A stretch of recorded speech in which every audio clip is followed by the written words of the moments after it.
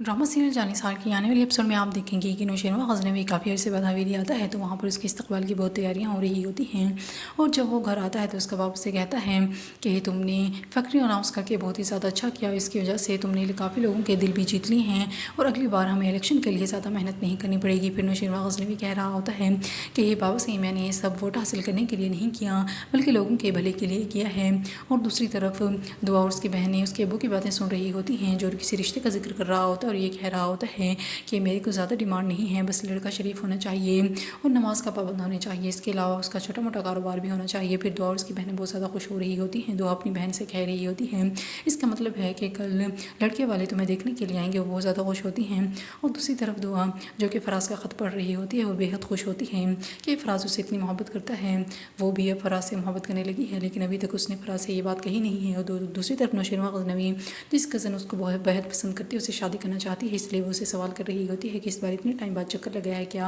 आपको मेरी याद नहीं है? नौशेरवा गज़नवी कहता है कि याद ही तो नहीं चाहती। फिर नौशेरवा गज़नवी उससे ये बात भी कह देता है कि मैं ये निकाह तो कर रहा हूँ, लेकिन मैं ये बात आपको बता दूँ कि मैं आपसे मोहब्बत नहीं कर सकता और मुझसे मोहब्बत की उम्मीद भी ना रखिएगा आप।